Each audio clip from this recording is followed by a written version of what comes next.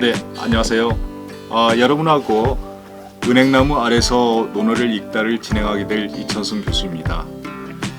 논어가 우리에게 굉장히 친숙한 듯 하면서도 자세히 따져보면 우리가 관심을 가져야 우리 곁으로 가까이 다가서는 것이겠죠.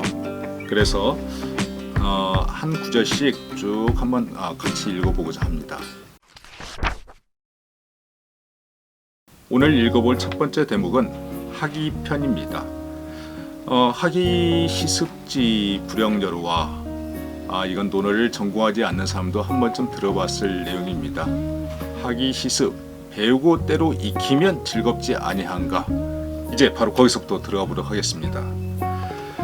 논어를 처음에 방금 학이라고 말한 것은 학이편 할 때 논어가 시작한다는 때 학 배우라고 하고 바로 이어지는 글자가 학이로 시작되기 때문에 그냥 두 글자만 따가지고 학이편 이렇게 됩니다.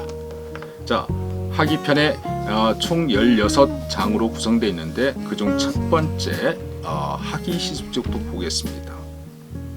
먼저 자왈 나오는데 이 자왈 그러면 자는 아들, 남자 그렇게 따르는데 여기서는 좀 더 스승의 좀 더 높인 의미죠. 공 선생님께서 말씀하시기를 그런 의미의 자왈입니다. 어떻게 말씀하셨냐? 가장 먼저 학이 시습지 이 배우고 나옵니다. 우리는 배울 학자를 아주 익숙하게 쓰죠.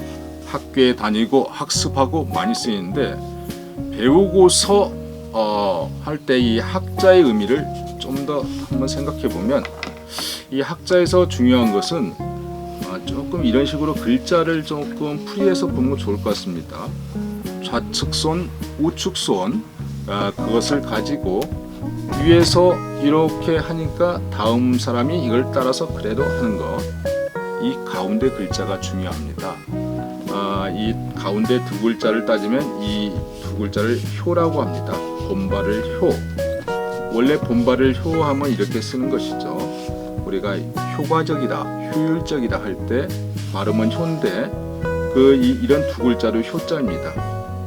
주역에서도 괴효라는 말이 있는데 그 자연의 현상을 인간이 본받아서 인간 자연의 원리를 파악한다는 그런 의미가 되겠죠.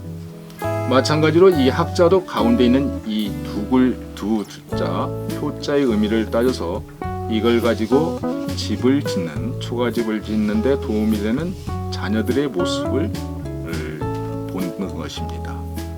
이 글자 한 글자에 보니까 일단 알아야죠. 위에서 하는 대로 밑에 따르고 그걸 실천적으로 이렇게 만들어 가잖아요. 그래서 배움이라는 것은 그냥 배움이 아니라 이것은 안다는 지와 그 다음에 그것을 가지고 어떻게 해야 된다는 실천적인 행동이 겸비된 글자입니다.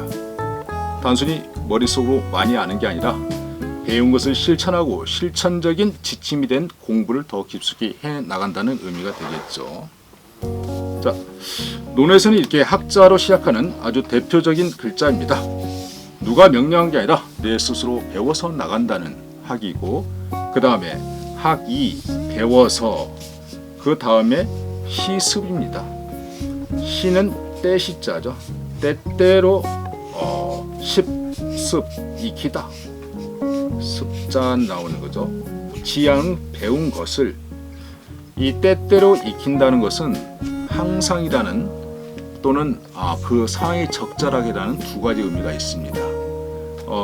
항상 그러면서 그 상황이 적절하게 그 배운 것을 익혀가는 것이죠.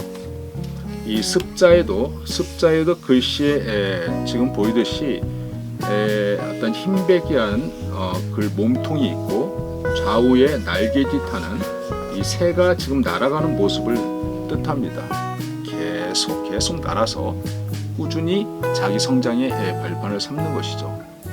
그러다 보니까 이런 과정을 거치면 학이 시습하다 보면 나름대로 몰랐던 것을 체계화되고 자기 자신의 지적 성숙도 이루어가고 이런 의미에서 불령 열호와 기쁘다는 의미가 나옵니다. 우리가 말씀 원자에서 이런 글자가 나오지만 이것은 이 마음 힘이 있는 마음으로 기쁘다는 의미로 열자로 같이 쓰입니다. 논어가 굉장히 오래됐기 때문에 글자의 의미 좀 달라질 수가 있습니다. 그래서 이런 것을 배우고 나면 굉장히 즐겁고 기쁘다는 자기의 그 지적 성숙의 과정입니다. 우리가 김시습 이렇게 말하는 사람도 있고 항상 익히다는 시습의 의미는 언제나 강조됩니다. 더 중요한 것은 학습이게 되겠죠. 학습 두 글자. 배움이 부족한 게 아니라 익힘이 더 필요한 요즘 시대에 적합한 단어가 학이시습지가 아닐까 생각합니다. 논어에는 이 학이시습에서 자기의 성숙 거기서 끝난 게 아니라 바로 이어지는 구절이 있습니다. 그것이 바로 유붕자원방내.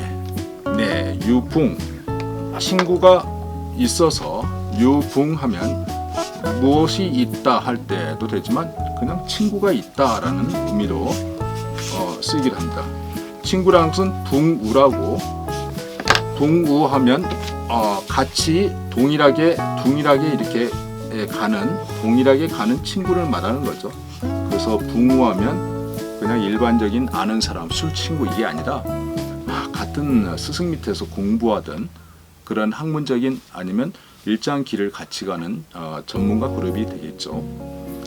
유붕이 자 원방내. 자는 뭐뭐부터입니다. 스스로 자가 아니라 뭐뭐부터, 먼 곳으로부터 내라는 것은 오다는 거죠.